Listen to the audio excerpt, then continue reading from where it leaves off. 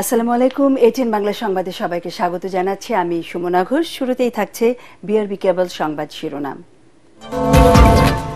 জাতীয় নির্বাচনে ফলাফল বাতিল করার ক্ষমতা ও না ভোটের বিধান ফিরিয়ে আনা হয়েছে। ইসি সভায় সিদ্ধান্ত, ইভিএম সংক্রান্ত সকল বিধান বিলুপ্ত। দেশ গঠনের পরিকল্পনা ও গণতন্ত্র প্রতিষ্ঠার বিরুদ্ধে ষড়যন্ত্র চলছে। নওগাঁ জেলা বিএনপি সম্মেলনে তারেক রহমান মোকাবেলায় নেতাকর্মীদের ঐক্যবদ্ধ থাকার আহ্বান। বর্তমান আইন শৃঙ্খলা পরিস্থিতিতে জাতীয় নির্বাচন সুষ্ঠু ও গ্রহণযোগ্য করা সম্ভব দাবি স্বরাষ্ট্র উপদেষ্টার। রাজনৈতিক দল ও জনগণকে সহায়তার আহ্বান। বগুড়ায় শুরু হয়েছে নির্বাচনী আমেজ। খালেদা জিয়া নাকি তারেক রহমান, কে হচ্ছেন গাবতলী শাহজাহানপুর আসনের কাণ্ডারি? ভোটারদের মধ্যে কৌতূহল।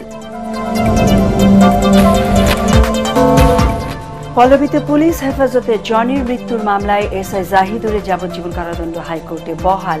অপরজনের সাজা কমিয়ে 10 বছর জেল, আরেকজন খালাস। শুনছিলেন বিআরবি কেবল সংবাদ শিরোনাম। এবারে বিস্তারিত সংবাদ। জাতীয় নির্বাচনে ফলাফল বাতিল করার ক্ষমতা ও না ভোটের বিধান ফিরিয়ে আনা হয়েছে। এছাড়া আইন প্রয়োগকারী সংস্থা, সেনা, নৌ ও বিমান বাহিনী এবং কোস্টগার্ডকে অন্তর্ভুক্ত করা হয়েছে। আরপিও সংশোধনীতে গণপ্রতিনিধিত্ব আদেশ, আরপিও সংস্কারের এক গুচ্ছ সুপারিশ চূড়ান্ত করতে নির্বাচন কমিশনের বৈঠক শেষে ব্রিফিংয়ে সাংবাদিকদের একথা জানান নির্বাচন কমিশনার আবুল ফজল মোহাম্মদ সানাউল্লাহ। এর আগে প্রধান নির্বাচন কমিশনার এএমএম নাসির উদ্দিনের সভাপতিত্বে এই সভা শুরু হয়।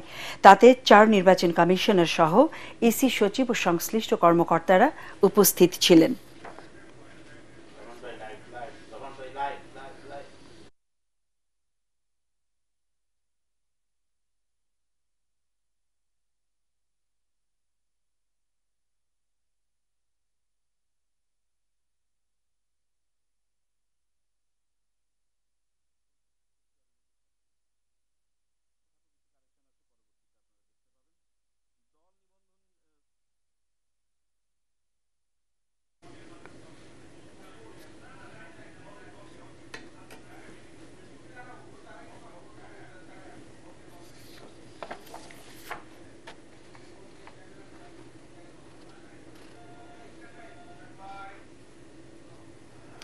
দর্শক, এই মুহূর্তে নির্বাচন কমিশনে রয়েছেন আমাদের সহকর্মী আদ্দিন সজীব। আমরা সরাসরি চলে যাচ্ছি তার কাছে।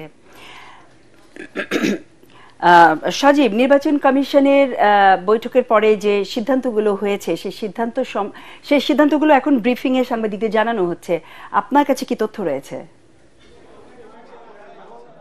এই মাত্র ব্রিফিংটা শেষ হয়েছে এবং আপনি জানেন যে ব্রিফিং এর মধ্যে অনেকগুলো বিষয়ে সিদ্ধান্ত হয়েছে। আরপিও সংশোধনের বিষয়ে আইন প্রয়োগকারী যে সংজ্ঞা রয়েছে সেখানে সেনা, নৌ এবং বিমান বাহিনী সহ কোস্টগার্ডকেও অন্তর্ভুক্ত করা হয়েছে। এছাড়াও না ভোটের বিধান রাখা হয়েছে। সেখানে কিছু আরও বিস্তারিত আলোচনা রয়েছে। যেহেতু অনেকগুলো বিষয় বলতে হবে, সে কারণে সংক্ষেপে কিছু বিষয়ে সিদ্ধান্তের কথা বলছি। গণমাধ্যম কর্মীরা ভোট গণনার সময় থাকতে পারবেন। এই ব্যবহারে কোনো রকমের মিথ্যাচারের বিষয়ে জড়িতদের বিরুদ্ধে ব্যবস্থা নিতে পারবে, সেই সুযোগ করা হয়েছে। রাজনৈতিক দলগুলো যেগুলোর কার্যক্রম নিষিদ্ধ করা হয় সেই বিষয়গুলোতে নিবন্ধন স্থগিতের বিষয়টি ব্যাপারে আগেও করা যেত। মানে রাজনৈতিক দলকে নিষিদ্ধ করা হলে, কার্যক্রম নিষিদ্ধ করা হলে নিবন্ধন স্থগিত করা যায়, সেই সুযোগটা রয়েছে। কিন্তু সেটা আরও স্পষ্ট করে সেই ব্যাখ্যাটা উল্লেখ করা হয়েছে এবং এই বিষয়গুলো মানে খসড়া চূড়ান্ত হয়েছে, সেটা নিশ্চয়ই দ্রুতই চূড়ান্ত হবে। এছাড়াও দলগুলোর নিবন্ধনের বিষয়ে বেশ কিছু আলোচনা রয়েছে। সেই আলোচনাটাও একটু বলি যে দল নিবন্ধনের জন্য 143টা আবেদন ছিল। সেখানে যেটা সানাউল্লাহ সাহেব জানিয়েছেন, নির্বাচন কমিশনার, যে কোনো দলই পুরোপুরি সব কাগজপত্র দিতে পারেনি। সেই কাগজপত্রগুলো দেওয়ার জন্য আবার 15 দিনের যে সময় দেওয়া হয়েছিল, সেই সময়ের মধ্যে 84টি দল রেসপন্স করতে পেরেছে এবং তার মধ্যে থেকে 22টি দল ভেরিফিকেশনের জন্য টিকেছে বা 22টি দলের ভেরিফিকেশন মাঠ পর্যায়ে করা হবে। এছাড়াও আপনি জানেন যে বেশ কিছু বিষয় নিয়ে আরও আলোচনা হচ্ছে। যেমন জোটবদ্ধ হয়, যদি রাজনৈতিক দলগুলো যদি নির্বাচনে জোটবদ্ধ হয় তাহলে কি এক প্রতীকেই নির্বাচনে হবে কিনা বা একটাই প্রতীক থাকবে কিনা। সেক্ষেত্রে তারা আরও স্পষ্ট করে বলেছে যে অর্থাৎ নিজ নিজ দলের প্রতীক নিয়েই তাকে ভোট করতে হবে। এসব বিষয় ছাড়াও আরো বেশ কিছু বিষয়ে আলোচনা হয়েছে এবং এগুলোর বিস্তারিত আলোচনাও হয়েছে। আশা করছি যে পরবর্তীতে আপনাদেরকে আরো বিস্তারিত আকারে জানতে পারবো। মাত্র শেষ হয়েছে নির্বাচন কমিশনার আবুল ফজল মোহাম্মদ সানাউল্লাহ, তিনি কিছুক্ষণ আগে ব্রিফটা শেষ করেছেন। ধন্যবাদ আদ্দিন সজীব আপনাকে। বিএনপির দেশ গঠনের পরিকল্পনা ও গঠনতন্ত্র প্রতিষ্ঠার বিরুদ্ধে ষড়যন্ত্র চলছে বলে জানিয়েছেন বিএনপির ভারপ্রাপ্ত চেয়ারম্যান তারেক রহমান। নওগাঁ জেলা বিএনপির সম্মেলনে নেতাকর্মীদের উদ্দেশ্যে তিনি বলেন, এসব ষড়যন্ত্র ভণ্ডুল করে দিতে বিএনপিকে ঐক্যবদ্ধ থাকতে হবে। কামরুজ্জামান রাজীবের রিপোর্ট। ফ্যাসিবাদ মুক্ত পরিবেশে দীর্ঘ 15 বছর পর বিএনপির দ্বিবার্ষিক সম্মেলনকে কেন্দ্র করে উৎসবের নগরীতে পরিণত হয় নওগাঁ শহর। শহরের কনভেনশন সেন্টারে সম্মেলনের উদ্বোধন করেন বিএনপি চেয়ারপারসনের উপদেষ্টা আব্দুস সালাম।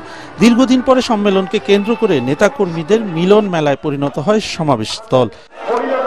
সম্মেলনের শুরুতেই বিএনপি ও নির্বাচন বিরোধী সব ষড়যন্ত্র চক্রান্তের বিরুদ্ধে নেতাকর্মীদের ঐক্যবদ্ধ থাকার আহ্বান জানান দলের শীর্ষ নেতারা। 16 বছরের অত্যাচারের পরেও একটা নেতাকর্মী দল ছেড়ে অন্য কোথাও যায় নাই। এতে লন্ডন থেকে ভার্চুয়ালি যোগ দেন বিএনপির ভারপ্রাপ্ত চেয়ারম্যান তারেক রহমান। প্রধান অতিথির বক্তব্যে তিনি বলেন, বিএনপি মানুষের কল্যাণে কাজ করেছে বলেই মানুষ বিএনপির উপর ভরসা রাখতে চায়। দেশ ও মানুষের কল্যাণের চিন্তা করে বলেই বিএনপি অনেক আগেই সংস্কারের কথা বলেছে। এই দেশের 20 কোটি জনগণের অধিকাংশ জনগণ যেভাবে মনে করবে দেশ সেভাবেই পরিচালিত হবে। জনগণের রাজনৈতিক প্রয়োগের প্রধান হাতিয়ার কি হচ্ছে, প্রধান উপায় কি হচ্ছে? ভোটের মাধ্যমে তার অধিকার প্রয়োগ করা। রাজনৈতিক অধিকার প্রতিষ্ঠার প্রথম পদক্ষেপ হচ্ছে ভোট, যার জন্য এই দেশের বহু মানুষ, রাজনৈতিক বিএনপি সহ বিভিন্ন রাজনৈতিক দলের বহু নেতাকর্মী গুম হয়েছে, বহু নেতাকর্মী হত্যার শিকার হয়েছে। তিনি বলেন, বিএনপি দেশ গঠনে কাজ করবে, সেটাই মানুষের প্রত্যাশা। তবে গণতন্ত্র ও দেশ গঠনের পরিকল্পনার বিরুদ্ধে ষড়যন্ত্র চলছে অভিযোগ করে তা নস্যাতে নেতাকর্মীদের সজাগ থাকার আহ্বান জানান তারেক রহমান। বিএনপির যে পরিকল্পনা দেশকে সামনে এগিয়ে নিয়ে যাওয়ার, মানুষের জীবনযাত্রা কিছুটা ভালো করার, এই পরিকল্পনা যাতে বাস্তবায়িত না হতে পারে, তাই এই পরিকল্পনাকে ভণ্ডুল করে দেওয়ার জন্য একই সাথে দেশ যাতে গণতান্ত্রিক অবস্থায় ফিরে আসতে না পারে, মানুষের ভোটের অধিকার যাতে বাস্তবায়িত হতে না পারে, সেইটাকেও ভণ্ডুল করে দেওয়ার জন্য কিন্তু বিভিন্ন জায়গায় ষড়যন্ত্র চলছে, ষড়যন্ত্র শুরু হয়েছে। সতর্ক থাকতে হবে, সচেতন থাকতে হবে একটি বিষয়, যে এমন কিছু করা যাবে না যেখানে আমাদের প্রতি জনগণের আস্থা এবং ভালোবাসা নষ্ট হোক, বিশ্বাস নষ্ট হোক। এ সময় তারেক রহমান স্বার্থান্বেষী ব্যক্তিদের দলে জায়গা না দেওয়ার নির্দেশ দেন। কামরুজ্জামান রাজীব, এটিএন বাংলা। বর্তমান আইন শৃঙ্খলা পরিস্থিতিতে জাতীয় নির্বাচন সুষ্ঠু ও গ্রহণযোগ্য করা সম্ভব, তবে রাজনৈতিক দল ও জনগণের সহায়তা প্রয়োজন বলে মন্তব্য করেছেন স্বরাষ্ট্র উপদেষ্টা জাহাঙ্গীর আলম চৌধুরী। তিনি বলেন, আইন শৃঙ্খলা নিয়ন্ত্রণে মাঠে থাকবে 80,000 সেনা সদস্য সহ নৌবাহিনী, বিজিবি, র্যাব ও পুলিশ। কেরানীগঞ্জের তেঘরিয়া উচ্চ বিদ্যালয়ে ভোট কেন্দ্র পরিদর্শন শেষে সাংবাদিকদের প্রশ্নের জবাবে উপদেষ্টা জানান, বডি ক্যামেরার মাধ্যমে কেন্দ্রীয়ভাবে নির্বাচন পর্যবেক্ষণ করে তাৎক্ষণিক ব্যবস্থা নেওয়া হবে। কেরানীগঞ্জ থেকে ফিরে রিপোর্ট করছেন মনির হোসেন তোপো। কেন্দ্রীয় কারাগার পরিদর্শন শেষে কেরানীগঞ্জ তেঘরিয়া উচ্চ বিদ্যালয়ের ভোট কেন্দ্রে আসেন স্বরাষ্ট্র উপদেষ্টা জাহাঙ্গীর আলম চৌধুরী।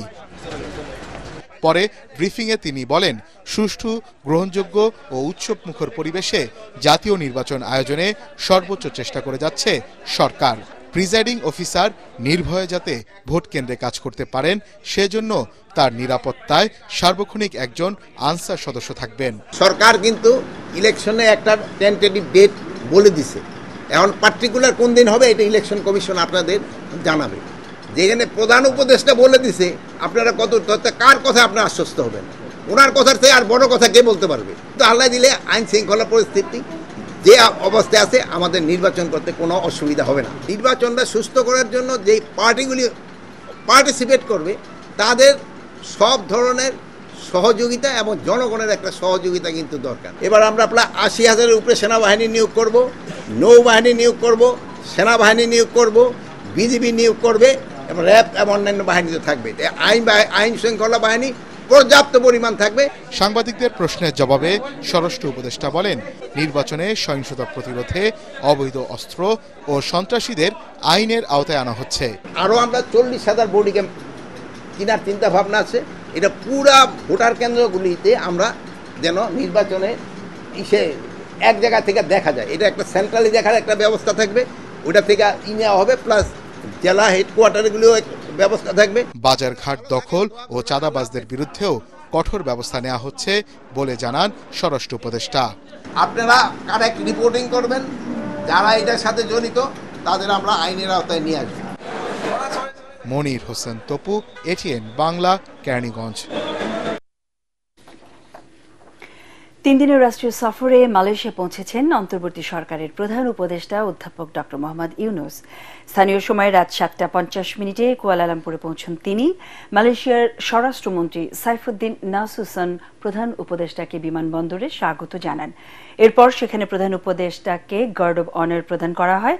এর আগে দুপুর 2টায় হযরত শাহজালাল আন্তর্জাতিক বিমানবন্দর থেকে বিমান বাংলাদেশ এয়ারলাইন্সের একটি ফ্লাইটে তিনি রওনা হন।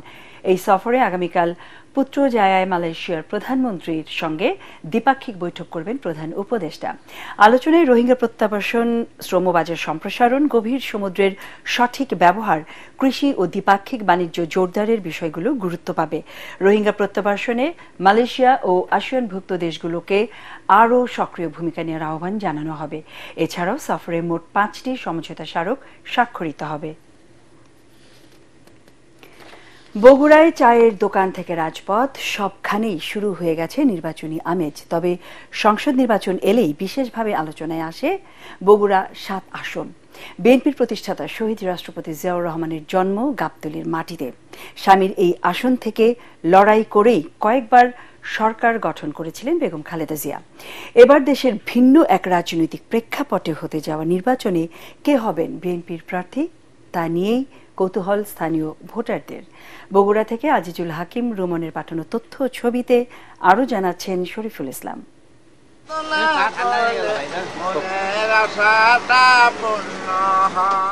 গাবতলী, শাহজাহানপুর এই 2 উপজেলা নিয়ে গঠিত বগুড়া 7 আসন।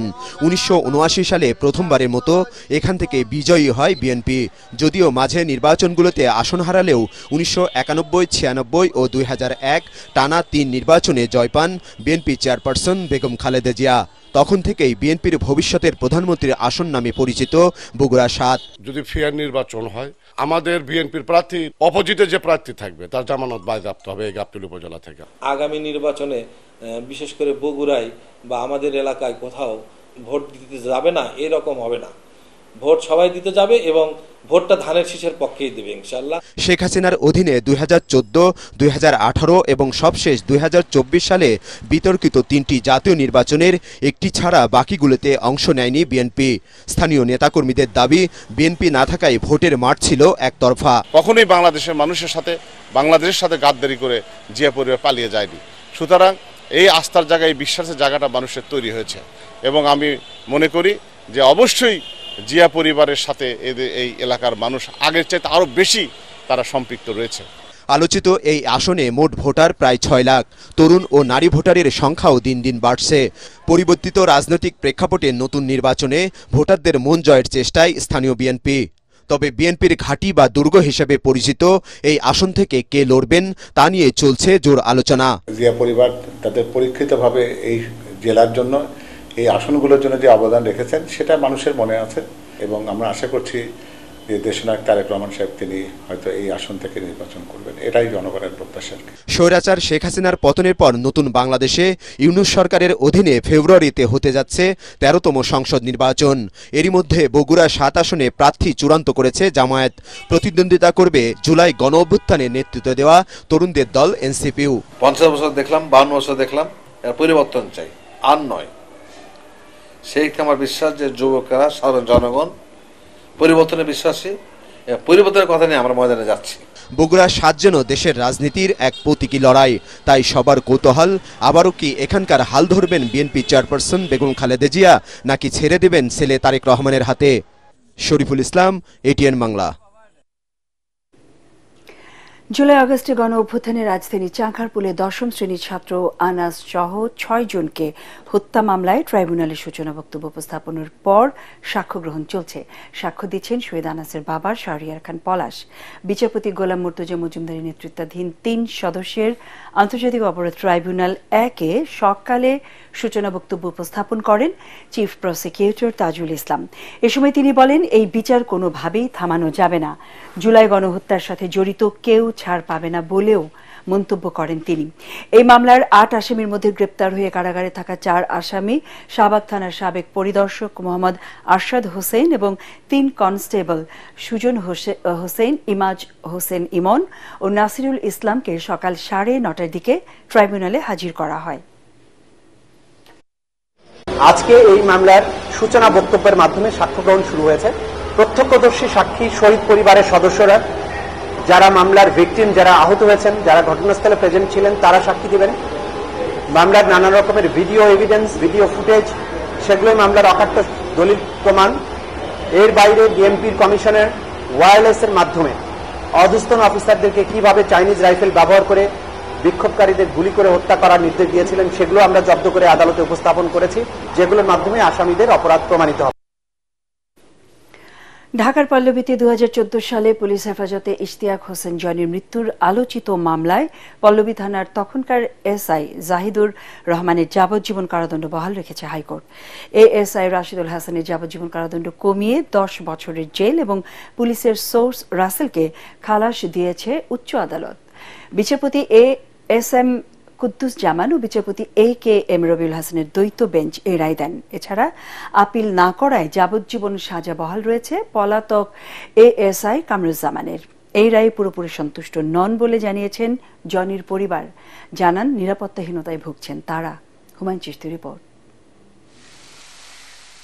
2014 সালের 8 ফেব্রুয়ারি রাজধানীর পল্লবীতে এক গায়ে হলুদের অনুষ্ঠানে নারীদের সাথে অশালীন আচরণের প্রতিবাদ করায় জনি ও তার ভাই রকিকে থানায় ধরে নিয়ে নির্যাতন করে পুলিশ। পরে মারাত্মক অসুস্থ অবস্থায় জনিকে ঢাকা মেডিকেল কলেজ হাসপাতালে নেওয়া হলে চিকিৎসকরা তাকে মৃত ঘোষণা করেন। এ ঘটনায় জনির ভাই ইমতিয়াজ হোসেন রকি ওই বছরের 7 আগস্ট 8 জনকে আসামি করে মামলা করেন। 2013 সালে করা নির্যাতন ও হেফাজতে মৃত্যু নিবারণ আইনে এটাই ছিল প্রথম মামলা। 2020 সালের 9 সেপ্টেম্বর বিচারিক আদালতের রায়ে পল্লবী থানার সাবেক এসআই জাহিদুর রহমান এবং 2 এএসআই রাশিদুল হাসান ও কামরুজ্জামানের যাবজ্জীবন কারাদণ্ড হয়। এছাড়া পুলিশের সোর্স সুমন ও রাসেলকে 7 বছর কারাদণ্ড দেয়া হয়। দণ্ডিত 5 আসামির মধ্যে এএসআই কামরুজ্জামান শুরু থেকেই পলাতক, আর সুমন সাজা ভোগ করে বেরিয়ে গেছেন। নিম্ন আদালতের রায়ের বিরুদ্ধে জাহিদুর, রাশিদুল ও রাসেল 2020 সালে হাইকোর্টে আপিল করেন। শুনানি শেষে সোমবার রায় দেন উচ্চ আদালত। রায়ের পর্যবেক্ষণে আদালত বলেছেন, রাষ্ট্র এবং পুলিশ নিরাপরাধ মানুষকে নিরাপত্তা দিতে ব্যর্থ হয়েছে। আসামি জাহিদুর রহমানের সাজাটা বহাল আছে, তার যাবজ্জীবন কারাদণ্ড, তার 50,000 টাকা জরিমানা, 2 লক্ষ টাকা ক্ষতিপূরণ। Assistant sub inspector Rashidul Hasan, তাকে যাবজ্জীবন কারাদণ্ড পরিবর্তন করে তাকে 10 বছরের সশ্রম কারাদণ্ড, 50,000 টাকা জরিমানা এবং ভিকটিমদেরকে 25,000 টাকা ক্ষতিপূরণ দেওয়ার নির্দেশ দিয়েছে। আরেকজন আসামি রাসেল, বিচারিক আদালত তাকে 7 বছরের সশ্রম কারাদণ্ড দিয়েছিল, যাকে হাইকোর্ট ডিভিশন খালাস দিয়েছে। পুলিশ ডিপার্টমেন্টের গাফিলতির উপরে বেশ কিছু অবজারভেশন দিয়েছেন, সে বিষয়ে পুলিশ ডিপার্টমেন্টকে প্রয়োজনীয় ব্যবস্থা নিতে বলেছেন। তবে জনির পরিবারের সদস্যরা হাইকোর্টের এই রায়ে পুরোপুরি সন্তুষ্ট হতে পারেননি বলে জানিয়েছেন। তাদের বিভিন্নভাবে হুমকি দেয়া হচ্ছে বলেও অভিযোগ করেন তারা। আমি ছেলেকে তো পাবো না, পুরোপুরিভাবে রায় পেলাম না, অনেক আতঙ্কে ভুগছি আমরা। আমার পরিবার নিয়ে আমি অনেক আতঙ্কে রয়েছি, আমি জানি না কখন কি হবে আমার। নির্যাতন ও হেফাজতে মৃত্যু নিবারণ আইনে ক্ষতিপূরণের পরিমাণ আরও বাড়ানো উচিত বলে মনে করেন আইনজীবীরা। হুমায়ুন চিশতি, এটিএন বাংলা, ঢাকা। মেজর সিনহা হত্যা মামলা দণ্ডপ্রাপ্ত প্রধান আসামি ওসি প্রদীপের ফাঁসির তারিখ অবিলম্বে ঘোষণার দাবি জানিয়েছেন এক্স ফোর্সেস অ্যাসোসিয়েশনের নেতারা। অন্যথায় কঠোর কর্মসূচি দেওয়ার হুঁশিয়ারি দেন তারা। ঢাকা রিপোর্টার্স ইউনিটি মিলনায়তনে এক সংবাদ সম্মেলনে সংগঠনের সেক্রেটারি অবসরপ্রাপ্ত লেফটেন্যান্ট সাইফুল্লাহ খান সাইফ বলেন, রায় ঘোষণার 2 মাস পার হলেও এখনও ওসি প্রদীপের ফাঁসি কার্যকরের তারিখ ঘোষণা না করা শুধু বিলম্বই নয়, এটা ন্যায় বিচার প্রতিষ্ঠার অন্তরায়। এই কালক্ষেপণ ভুক্তভোগী পরিবারের সাথে সেনাবাহিনী, আইনশৃঙ্খলা রক্ষাকারী বাহিনী এবং সাধারণ মানুষের মনোবলকে আঘাত করছে বলেও মন্তব্য করেন তিনি। 2020 সালের 31 জুলাই রাতে টেকনাফের মেরিন ড্রাইভ সড়কের শামলাপুর চেকপোস্টে পুলিশের গুলিতে নিহত হন সেনাবাহিনীর অবসরপ্রাপ্ত মেজর সিনহা মোহাম্মদ রাশেদ খান। গত 2 জুন যে হাইকোর্টের রায় হয়েছে, সে রায়ের যে টাইপিং করতে আজকে 2 মাসের অধিক সময় লেগেছে। আমি মনে করি এটা প্রশাসনিক দুর্বলতা অথবা হলো বহির্বিশ্বের কোনো এক ধরনের প্রেসার আসতেছে, যার কারণে হলো এই বিচারের রায় কার্যকর হওয়াতে বিলম্বিত হচ্ছে। রাজধানী মালিবাগের সিরাজুল ইসলাম মেডিকেল কলেজ হাসপাতালের বেজমেন্টে থাকা একটি প্রাইভেট কারের ভেতর থেকে 2 জনের লাশ উদ্ধারের ঘটনা রহস্য উদ্ঘাটন করতে পারেনি পুলিশ। নিহতদের একজন প্রাইভেট কার চালক জাকির ও আরেকজন মিজান। তাদের দুজনেরই বাড়ি নোয়াখালীর চাটখিল। রমনা বিভাগের উপ পুলিশ কমিশনার মাসুদ আলম জানান, খতিয়ে দেখা হচ্ছে তাদের মৃত্যুর কারণ। তরিক ইসলামের রিপোর্ট। সিসিটিভি ফুটেজে দেখা যায় রোববার ভোরে রাজধানীর মৌচাকের সিরাজুল ইসলাম মেডিকেল কলেজ ও হাসপাতালের সামনে আসে একটি সাদা রঙের প্রাইভেট কার। পরে গাড়ি থেকে নেমে গাড়ির মালিক হাসপাতালের ভেতরে প্রবেশ করেন। গাড়িটি প্রবেশ করে হাসপাতালের বেসমেন্টের পার্কিংয়ে। দীর্ঘ সময় গাড়ি থেকে বের না হওয়ায় খোঁজ নেন হাসপাতালের নিরাপত্তা কর্মীরা। তখনই খোঁজ মেলে মরদেহের। গতকাল সকালবেলা একটা গাড়ি আসে, তো আশা বললো যে আমরা পার্কিং করব। তো ওনাকে জিজ্ঞেস করলাম, আপনারা পার্কিং করবেন কি, আপনাদের রুগী আছে? হ্যাঁ বলতেছে, আমাদের রুগী আছে, আমরা রুগী রিলিজ করব, রুগী রিলিজ করে নিয়ে যাব। 12 ঘন্টা 24 ঘন্টা যখন পেরিয়েছে, গাড়িটা কেন যাচ্ছে না, তখন আমরা রেজিস্টার খাতায় চেক করি দেখে যে আজকে আমাদের সিকিউরিটি ইনচার্জ উনি নিজে গিয়ে ওখানে দেখলো যে 2 জন লোক শুয়ে আছে। যখন ওনাকে ডাক দেওয়ার পর ওনারা যখন কথা বলে নেয়, তখন আমাদেরকে একটু সন্দেহ লাগলো, তখন আমরা কর্তৃপক্ষকে জানাই। পরে সংবাদ পেয়ে ঘটনাস্থলে আসে পুলিশ ও সিআইডির ফরেনসিক টিম। মরদেহ উদ্ধার করে পাঠানো হয় মর্গে। তবে মৃত্যুর কারণ জানা যায়নি বলে জানান রমনা বিভাগের উপ পুলিশ কমিশনার। প্রাইভেট কারটা যেটা ছিল, এইটার সূত্র ধরে আমরা প্রথমে আগাই এবং এইটার যে ঠিকানাটা পাই, এখানকার মালিককে আমরা শনাক্ত করতে পারি। মালিকের নাম হচ্ছে সৌরভ, তার বাড়ি হচ্ছে নোয়াখালীর চাটখিলে। তো সৌরভের সাথে কথা বলে এই যে 2 জন হচ্ছে আমরা অজ্ঞাতনামা লাশ আমরা পাইলাম, তাদের ব্যাপারে আমরা তাদের ছবি টবি দেখাই এবং তাদের ব্যাপারে বলে এই 2টার আমরা শনাক্ত করতে পেরেছি। এই 2 জনের মধ্যে একজন হচ্ছে এই প্রাইভেট কারের ড্রাইভার, নাম হচ্ছে জাকির, তার বাড়িও ওই নোয়াখালীর চাটখিলে। আর সাথে যেটা ছিল সেটাও জাকিরের মানে চাচাতো ভাই বা কাছের কেউ, একই প্রতিবেশী হবে, তার নাম হচ্ছে মিজান। যেহেতু আমরা ঠিকানাটা পেয়েছি, 2টা অজ্ঞাতনামা লাশের আমরা শনাক্ত করতে পেরেছি। আমরা বাদ বাকি আমরা সিসি ক্যামেরা থেকে শুরু করে আমাদের যে টুলসগুলো আছে আমরা ব্যবহার করে আমরা এটা ফুল থরলি একটা ইনভেস্টিগেশন করতেছি। করার পরে আসলে বুঝতে পারবো এটার কি হয়েছে। এ বিষয়ে গণমাধ্যমের সাথে কোনো কথা বলেনি হাসপাতাল কর্তৃপক্ষ। তরিক ইসলাম, এটিএন বাংলা, ঢাকা। দেশে গত 24 ঘন্টায় ডেঙ্গু আক্রান্ত হয়ে 434 জন রোগী হাসপাতালে ভর্তি হয়েছেন আর মারা গেছেন 1 জন। চলতি বছর এখনো পর্যন্ত ডেঙ্গুতে মৃত্যু হয়েছে 102 জনের এবং হাসপাতালে ভর্তি হয়েছেন 24,617 জন। স্বাস্থ্য অধিদপ্তরের প্রেস বিজ্ঞপ্তিতে এসব তথ্য জানানো হয়। স্বাস্থ্য অধিদপ্তর জানায়, সারা দেশে বিভিন্ন সরকারি ও বেসরকারি হাসপাতালে বর্তমানে 1252 জন ডেঙ্গু রোগী ভর্তি আছেন। তাদের মধ্যে ঢাকায় 394 জন, বাকি 858 জন ঢাকার বাইরে বিভিন্ন বিভাগে ভর্তি। ডেঙ্গু ও চিকনগুনিয়া সহ মশাবাহিত বিভিন্ন ভয়াবহ রোগের প্রাদুর্ভাব বেড়েই চলেছে। নিজেকে এবং পরিবারের সবাইকে মশা থেকে সম্পূর্ণ সুরক্ষিত রাখতে ঘরে ব্যবহার করুন এক্সপেল ন্যাচারাল এরোসল, আর ঘরের বাইরে সাথে রাখুন expel natural mosquito repellent spray, যা সরাসরি ত্বকে ব্যবহার করা যায়।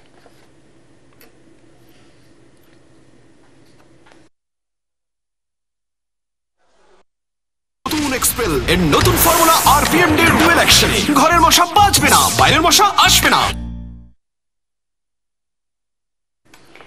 আইন শৃঙ্খলা পরিস্থিতি নিয়ন্ত্রণে রাখতে সর্বাত্মকভাবে কাজ করে যাচ্ছে এলিট ফোর্স র্যাব। আসন্ন নির্বাচনের আগে পরিস্থিতির আরও উন্নতি হবে বলে জানিয়েছেন র্যাব মহাপরিচালক AKM শহীদুর রহমান। বিকেলে রাজধানীর কারওয়ান বাজারে দেশব্যাপী নিষিদ্ধ পলিথিনের উৎপাদন, পরিবহন ও বিপণন রোধ কল্পে বাজার পরিদর্শন ও জনসচেতনতামূলক কার্যক্রম পরিচালনার শেষে এসব কথা বলেন তিনি বলেন, শুধু সচেতনতামূলক কাজে সীমাবদ্ধ থাকবে না র্যাব, পলিথিনের উৎপাদন ও বিপণন বিষয়ে কঠোর ভূমিকা পালন করবে তারা। র্যাব নিষিদ্ধের বিষয়ে সাংবাদিকদের প্রশ্নের জবাবে র্যাব মহাপরিচালক জানান, জনগণের নিরাপত্তা সহ আইন শৃঙ্খলা পরিস্থিতি নিয়ন্ত্রণে তাদের উপর অর্পিত দায়িত্ব যথাযথভাবে পালন করে যাচ্ছেন তারা। র্যাব নিষিদ্ধ এটি সরকারের বিষয়। অস্ত্র উদ্ধার অভিযান আমাদের চলমান আছে। আমরা চেষ্টা করব এই আমাদের এই অভিযানটাকে আরো জোরদার করার জন্য এবং নির্বাচনের পূর্বে আমাদের যে লুণ্ঠিত অস্ত্রের যে যতটুকু বাকি আছে সেটুকু উদ্ধারের জন্য আমরা সর্বাত্মক প্রচেষ্টা গ্রহণ করব। যে দিন দিন পরিবেশ ভালো হবে এবং একটি সুষ্ঠু নির্বাচন করার জন্য যে পরিবেশ দরকার, যে পরিস্থিতি দরকার, আইন শৃঙ্খলা পরিস্থিতি যতটুকু নিয়ন্ত্রণে রাখা দরকার, আমরা ইনশাআল্লাহ সেটি করতে সক্ষম হব। দেশ গঠনে সাংবাদিকদের সম্পৃক্ততা যত বাড়বে, সাধারণ মানুষ ততই ভালো কাজ উদ্বুদ্ধ হবে বলে মনে করেন সাবেক প্রধানমন্ত্রী বেগম খালেদা জিয়ার সিনিয়র সহকারী প্রেস সচিব আশিক ইসলাম। রাজধানীতে সাংবাদিকদের সাথে মতবিনিময় করতে গিয়ে তিনি একথা বলেন। আশিক ইসলাম আরও বলেন, সাংবাদিকরা বিচক্ষণতা দিয়ে নির্মোহভাবে রাজনৈতিক দল বা সরকারের ভালোমন্দ কাজের যত বেশি সমালোচনা করবেন, সেই কথা আমলে নিলে দিন শেষে দেশ উপকৃত হবে। এ সময় উপস্থিত সাংবাদিকরা বলেন, নানা সময়ে বিএনপির বিরুদ্ধে গণমাধ্যম ও সামাজিক যোগাযোগ মাধ্যমে যেভাবে মিডিয়া ট্রায়াল হয়, দলটি পাল্টা তথ্য দিয়ে অনেক সময়ই তা যথাযথভাবে মোকাবেলা করতে পারছে না। আমরা সাংবাদিকতা করি কিন্তু দুইটা কারণে, এক হলো সম্মানের কারণে, আরেকটা হলো পরিবর্তনের কারণে, যে আমরা সমাজে কিছু পরিবর্তন আনবো। এই পরিবর্তনটা আনতে চাই আমি মনে করি যে আমরা এই কারণে যে আমাদের মধ্যে সবচেয়ে বেশি অন্যদের থেকে দেশপ্রেম বেশি, পরোক্ষভাবে আমাদের ভিতরে একটা দেশপ্রেম কাজ করে। কিন্তু আমি আসার পরে যেটা দেখলাম যে আমার সহজ কথা, এবং আমি ভাই স্পষ্টভাবে কথা বলি, সেটা হলো যে অনেক পরিবর্তন আসছে সাংবাদিকতায়, মাথা চেঞ্জ হয়েছে, বডি চেঞ্জ হয় নাই। জাতীয় নির্বাচনকে বানচাল করতে নানা ষড়যন্ত্র চলছে অভিযোগ করে ঐক্যবদ্ধভাবে তা মোকাবেলার আহ্বান জানিয়েছেন ঢাকা মহানগর উত্তর বিএনপির সাবেক আহ্বায়ক সাইফুল আলম নীরব। কারওয়ান বাজারের তিতাস ভবনে জুলাই গণ অভ্যুত্থানে নিহতদের আত্মার মাগফিরাত ও আহতদের রোগমুক্তি কামনায় দোয়া ও আলোচনা সভায় তিনি একথা বলেন। তিতাস গ্যাস জাতীয়তাবাদী শ্রমিক কর্মচারী ইউনিয়ন আয়োজিত অনুষ্ঠানে কেন্দ্রীয় বিএনপির সহ শ্রম বিষয়ক সম্পাদক হুমায়ুন কবির খান বলেন, বিএনপি জুলাই গণ অভ্যুত্থানে নিহত ও আহতদের পরিবারের পাশে আছে, থাকবে। আজকে নির্বাচনকে বানচাল করার জন্য বিভিন্ন চেষ্টা হতে পারে, বিভিন্ন ষড়যন্ত্র হতে পারে। আমরা সবাই ঐক্যবদ্ধভাবে তাকে নেতৃত্ব থেকে সকল চক্রান্ত, সকল ষড়যন্ত্র আমরা প্রতিহত করে বাংলাদেশের গণতন্ত্র, বাংলাদেশের মানুষের পরিচয় আমরা ফিরে আনবো ইনশাআল্লাহ। মাদারীপুরে এবছর পর্যাপ্ত বৃষ্টি হওয়ায় পাটের ভালো ফলন হয়েছে, তবে উৎপাদন খরচ বৃদ্ধি ও শ্রমিক সংকটের কারণে কাঙ্ক্ষিত দাম পাওয়া নিয়ে শঙ্কায় রয়েছে কৃষক। যদিও কৃষি বিভাগ বলছে ভালো ফলন হওয়ায় এবছর লাভবান হবেন কৃষকরা। মাদারীপুর প্রতিনিধি SR শফিক স্বপনের তথ্য ও চিত্রে বিস্তারিত জানাচ্ছেন ফারহিন ইসলাম টুম্পা।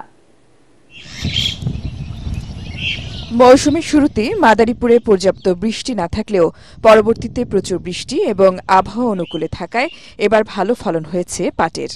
পাশাপাশি বর্ষা মৌসুমে বৃষ্টি হওয়ায় পাট জাগ দেওয়া নিয়ে বাড়তি সুবিধা পেয়েছেন কৃষকরা। তবে আবাদের শুরুতে সেচ ব্যবস্থা, শ্রমিক মজুরি বৃদ্ধি, পাট কাটা সহ উৎপাদন খরচ আগের তুলনায় বেড়ে যাওয়ায় ভালো ফলনের পরও লোকসানের শঙ্কায় কৃষক। কৃষকে করতে আসি, খুব লোকসানের ফালাই আছি আমরা। এতে যে মূল্য আছে এখন, এই মূল্যতে আমাদের মানে আগামীতে পাট করার মতো এই লাইন থাকে না। বদলা খরচ দিয়া, সব খরচ দিয়া পোষায় না। যদি সরকার একটু সহযোগিতা করে তাহলে এদের কৃষকের একটু পোষে। এ পর্যন্ত জেলায় 52 ভাগ পাট কাটা হয়েছে, যার গড় ফলন হেক্টর প্রতি 2.4 মেট্রিক টন। কৃষি বিভাগ জানায়, স্থানীয় কিছু কৃষককে পাট বীজ ও সার দেওয়া হয়েছে। এছাড়া পরামর্শ ও সব ধরনের সহযোগিতা দিচ্ছে তারা। আমাদের উপজেলা কৃষি অফিস আছে, উপজেলা কৃষি অফিস আছে, তাদের মাধ্যমে তাদেরকে সার্বিক বিষয়ে আমরা সহায়তা করে থাকি। এছাড়াও মাদারীপুর জেলায় এই বছরে আমরা 5,800 চাষিকে বিনামূল্যে প্রতি বিঘার জন্য আমরা বীজ, সার এটি আমরা সহায়তা করেছি। এবছর জেলায় 36,860 হেক্টর জমিতে পাট চাষের লক্ষ্যমাত্রার বিপরীতে আবাদ হয়েছে 36,921 হেক্টর জমিতে। Bureau report, ATN Bangla. Al Arafah Islami bank অর্থ সংবাদ।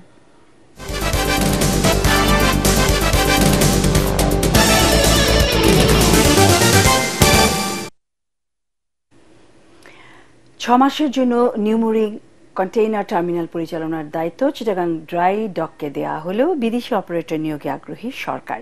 2023 সালের শেষে পতেঙ্গা কন্টেইনার টার্মিনাল পরিচালনার দায়িত্ব একটি সৌদি কোম্পানিকে দেওয়া হলেও নানান সংকটে পুরো দমে কার্যক্রম পরিচালনা করতে পারেনি তারা, এমনকি করেনি প্রতিশ্রুত বিনিয়োগও। ফলে বাধাগ্রস্ত হচ্ছে চট্টগ্রাম বন্দরের উন্নয়নে সরকারের নেওয়া উদ্যোগ। চট্টগ্রাম থেকে আরও জানাচ্ছেন সৈয়দ তামিম মাহমুদ। চট্টগ্রাম বন্দরের পতেঙ্গা কন্টেইনার টার্মিনাল সেবার মান বাড়াতে বিদেশি অপারেটর দিয়ে পরিচালনা করা হলেও ব্যবহারকারীদের চাহিদা পূরণে ব্যর্থ প্রতিষ্ঠানটি। এরপরেও নিউমুরিং কন্টেইনার টার্মিনাল বিদেশি অপারেটরের হাতেই দিতে চায় সরকার। এরই মধ্যে প্রায় শেষের পথে এনসিটিতে বিদেশি অপারেটর নিয়োগ প্রক্রিয়ার কাজ। দেশের জন্য কোনটা ভালো হবে সেটা করতে হবে, এবং দেশের জন্য যদি সিডিডিএলকে দিয়ে আমরা ম্যাক্সিমাম ক্যাপাসিটি অ্যাচিভ করতে পারি, ফ্যান্টাস্টিক। যদি আমাদের মনে হয় যে না, এখানে আরও কিছু টেকনোলজিক্যাল অ্যাডভান্টেজ আনা সম্ভব এবং আরও গ্লোবাল বেস্ট প্র্যাকটিস আনলে আরও হয়তো ভালো হতে পারে, তাহলে আমরা হয়তো সেই রাস্তায় যাওয়ার চেষ্টা করব। এদিকে সৌদি প্রতিষ্ঠান রেড সি গেটওয়ের পতেঙ্গা কন্টেইনার টার্মিনালে যন্ত্রপাতি স্থাপনে প্রায় 2,000 কোটি টাকা বিনিয়োগের কথা থাকলেও এখনও তা হয়নি। উল্টো দেশীয় ব্যাংক থেকে ঋণ নিতে আগ্রহী তারা, এমনকি বে টার্মিনাল পরিচালনাতেও আগ্রহ রয়েছে প্রতিষ্ঠানটির। বিদেশি বিনিয়োগের নামে দেশীয় ব্যাংক থেকে ঋণ নেওয়া হলে অভ্যন্তরীণ অর্থনীতি আবারও চাপে পড়বে বলে মত ব্যবসায়ীদের। ওনারা যদি বাংলাদেশ থেকে লোন নেয়, ওনারা বাংলাদেশি লোনের টাকা ফেরত দিবেন। আমার মনে হয় না যে বাংলাদেশ থেকে লোন নিলে টাকা দেশের বাইরে চলে যাবে। আমাদের যে এই দেশের টাকা দিয়ে যদি আমরা এলসি করে যদি বাইরে থেকে সেই ইকুইপমেন্টগুলো আনতে চাই, তাহলে আমাদের ডলারের মধ্যে কিন্তু একটা প্রভাব পড়ার সম্ভাবনা আছে। অন্যদিকে চিটাগাং ড্রাইডক লিমিটেড বন্দরের অপারেশনাল কার্যক্রমে দক্ষতার পরিচয় দিলেও তাতে পুরোপুরি সন্তুষ্ট নয় সরকার। আইএফসির রিপোর্ট বলছে যে এই পোর্ট থেকে 1.9 মিলিয়ন টিইউ পর্যন্ত পাওয়া সম্ভব, আর আমাদের গত বছর যেটা আমাদের হাইয়েস্ট রেকর্ড সেটা ছিল 1.3।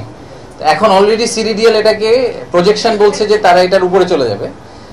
টেকনোলজি এবং বেস্ট প্র্যাকটিস এবং গ্লোবাল প্র্যাকটিস আসলে হয়তো তার চেয়ে উপরে চলে যাবে। তবে বন্দর ব্যবহারকারীরা বলছেন, চট্টগ্রাম বন্দর শহর কেন্দ্রিক হওয়ায় শুধু বন্দরের ভেতরের কর্মদক্ষতা বাড়ালেই হবে না, তার সাথে প্রয়োজন অবকাঠামোগত উন্নয়নের পাশাপাশি অন্যান্য সুবিধাও বাড়ানো। সৈয়দ তামিম মাহমুদ, এটিএন বাংলা, চট্টগ্রাম। বাংলাদেশ ইউরোপীয় ইউনিয়নের ডিজিটাল প্রোডাক্ট পাসপোর্ট বাস্তবায়ন প্রস্তুতি নিয়ে অনুষ্ঠিত হলো সেমিনার। সকালে সোনারগাঁও হোটেলে দিনব্যাপী সেমিনারের প্রযুক্তিগত অংশীদার হিসেবে অংশ নেয় ডিজিপ্রড পাস লিমিটেড ও ডিজিটাল আর্কিটেক্ট লিমিটেড। বাণিজ্য মন্ত্রণালয়ের উদ্যোগে ও জার্মান উন্নয়ন সহযোগিতা সংস্থার সহায়তায় সেমিনারে বক্তারা ডিজিটাল প্রোডাক্ট পাসপোর্টের কাঠামো ও প্রযুক্তিগত ভিত্তি, ডিজিটাল খাত এবং আসন্ন ইউরোপীয় নীতিমালা ও বিধিমালার সঙ্গে সামঞ্জস্য রাখতে বাংলাদেশের করণীয় বিষয়ে আলোচনা করেন। বাণিজ্য মন্ত্রণালয়ের অতিরিক্ত সচিব আব্দুর রহিম খানের সভাপতিত্বে অনুষ্ঠানে প্রধান অতিথি ছিলেন রপ্তানি উন্নয়ন ব্যুরোর ভাইস চেয়ারম্যান আব্দুর রহিম খান, জার্মান রাষ্ট্রদূত রুডিগার লোডস, বাণিজ্য মন্ত্রণালয়ের উপসচিব আলমগীর কবির। এছাড়াও সেমিনারে অংশ নেন নীতি নির্ধারক, টেকসই উন্নয়ন বিশেষজ্ঞ, শিক্ষক, গবেষক সহ প্রযুক্তি উদ্ভাবক ও শিল্প খাত সংশ্লিষ্টরা। আন্তর্জাতিক সংবাদ।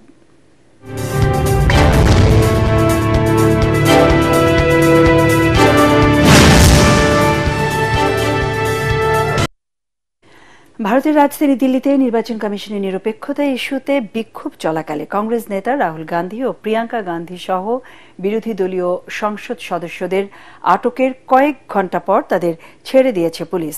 বার্তা সংস্থা এপি ও ভারতীয় সংবাদ মাধ্যমগুলো এই তথ্য নিশ্চিত করেছে। এর আগে সকালে পার্লামেন্ট ভবনের সামনে থেকে তাদের আটক করা হয়। বিহারের SIR ও 2024 সালের লোকসভা নির্বাচনে ভোটার জালিয়াতির অভিযোগ তুলে দিল্লিতে নির্বাচন কমিশন অভিমুখে মিছিল নিয়ে যাওয়ার সময় তাদের আটক করা হয়। মিছিলে অংশ নেন রাহুল গান্ধী, প্রিয়াঙ্কা গান্ধী, শরদ পাওয়ার সহ ইন্ডিয়া জোটের নেতারা। লোকসভা রাজ্যসভার বিরোধী এমপিরাও যোগ দেন এই মিছিলে। আটকের পর রাহুল গান্ধী বলেন, নির্বাচন কমিশন বিরোধী দলের কথা শোনে না, এটাই বাস্তবতা। এটি নির্ভুল ভোটার তালিকার লড়াই। এই প্রসঙ্গে বিজেপি নেতা ও কেন্দ্রীয় মন্ত্রী ধর্মেন্দ্র প্রধান বলেন, রাহুল গান্ধী মিথ্যাচার করছেন।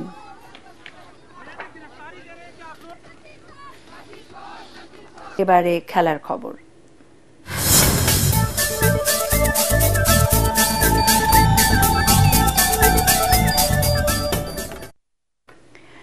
বাংলাদেশের ক্রিকেটের পিছু হটা যেন থামছেই না। আইসিসি ওয়ানডে র্যাঙ্কিংয়ে আবারও এক ধাপ পিছিয়ে 10 নম্বরে নেমে গেল লাল সবুজের দল। এই নিয়ে 4 মাসে দ্বিতীয়বার বাংলাদেশের এই অবনমন। আইসিসির হালনাগাদ র্যাঙ্কিংয়ে বাংলাদেশের এই অবনতি লক্ষ্য করা গেছে। সবশেষ 2006 সালে ওয়ানডেতে বাংলাদেশ 2 অঙ্কের র্যাঙ্কিংয়ে ছিল। ওই বছরের অক্টোবরে প্রথমবার 1 অঙ্কে উঠে আসে। পরবর্তী 1.5 যুগ আর 2 অঙ্কে নামেনি টিম টাইগার। এত বছর পর গত মে মাসে 10 নম্বরে নামলেও গত মাসে শ্রীলঙ্কার বিপক্ষে একটি ওয়ানডে জিতে আবার 9 নম্বরে উঠে এসেছিল। 4 মাসের মধ্যে আবারও নেমে গেল মেহেদী হাসান মিরাজরা। বাংলাদেশকে সরিয়ে 9 নম্বরে উঠে এসেছে ওয়েস্ট ইন্ডিজ। এছাড়া 4 নম্বর থেকে 5-এ নেমে গেছে পাকিস্তান। 4-এ উঠে এসেছে শ্রীলঙ্কা। র্যাঙ্কিংয়ের শীর্ষে আছে ভারত, দ্বিতীয় স্থানে নিউজিল্যান্ড। এফসি চ্যালেঞ্জ লিগে আগামীকাল মঙ্গলবার আলাদা আলাদা ম্যাচে মাঠে নামবে বাংলাদেশের 2 দল, ঢাকা আবাহনী ও বসুন্ধরা কিংস। কিরগিজ ক্লাব মুরাস ইউনাইটেডের মুখোমুখি হবে আবাহনী। অন্যদিকে কাতারের দোহায় সিরিয়ার ক্লাব আল কারামাহার বিপক্ষে খেলবে বসুন্ধরা কিংস। আলামিন মোরসেলি নদিয়াবাতেকে নিয়ে ভয় ডরহীন ফুটবল খেলার লক্ষ্য আবাহনীর। এই টুর্নামেন্ট উপলক্ষে প্রায় মাসখানেক আগে থেকে নিজেদের হোম গ্রাউন্ডে অনুশীলন শুরু করেছে আকাশি হলুদ জার্সিধারীরা। দলে আছে একমাত্র বিদেশি খেলোয়াড় সুলেমান দিয়াবাতে। তিনি প্রায় 22 বছর পর মোহামেডানকে লিগ শিরোপা জিতিয়েছেন। এদিকে কিরগিজস্তানের চ্যাম্পিয়ন দল মুরাস ইউনাইটেডের জাতীয় দলের 4 জন সহ 12 জন বিদেশি খেলোয়াড়, যাদের অধিকাংশই ইউক্রেনে খেলে থাকেন। ঢাকা জাতীয় স্টেডিয়ামে খেলাটি শুরু হবে মঙ্গলবার বিকেল 5টায়। সংবাদ শেষ করব তার আগে বিআরবি কেবল সংবাদ শিরোনাম আরও একবার। জাতীয় নির্বাচনে ফলাফল বাতিল করার ক্ষমতা ও না ভোটের বিধান ফিরিয়ে আনা হয়েছে ইসি সভায় সিদ্ধান্ত। ইভিএম সংক্রান্ত সকল বিধান বিলুপ্ত। দেশ গঠনের পরিকল্পনা ও গণতন্ত্র প্রতিষ্ঠার বিরুদ্ধে ষড়যন্ত্র চলছে। নওগাঁ জেলা বিএনপি সম্মেলনে তারেক রহমান। মোকাবেলায় নেতাকর্মীদের ঐক্যবদ্ধ থাকার আহ্বান। বর্তমান আইনশৃঙ্খলা পরিস্থিতিতে জাতীয় নির্বাচন সুষ্ঠু ও গ্রহণযোগ্য করা সম্ভব, দাবি স্বরাষ্ট্র উপদেষ্টার। রাজনৈতিক দল ও জনগণকে সহায়তার আহ্বান। বগুড়ায় শুরু হয়েছে নির্বাচনী আমেজ। খালেদা জিয়া নাকি তারেক রহমান, কে হচ্ছেন গাবতলী শাহজাহানপুর আসনের কান্ডারি? ভোটারদের মধ্যে কৌতূহল। পল্লবীতে পুলিশ হেফাজতে জনির মৃত্যুর মামলায় SI জাহিদুরের যাবজ্জীবন কারাদণ্ড হাইকোর্টে বহাল। অপরজনের সাজা কমিয়ে 10 বছর জেল, আরেকজন খালাস। আমাদের পরের সংবাদ দেখার আমন্ত্রণ জানিয়ে এখনকার মতো শেষ করছি। ATN বাংলা সংবাদ ইউটিউবে দেখতে ব্রাউজ করুন youtube/ATN বাংলা নিউজ। ধন্যবাদ।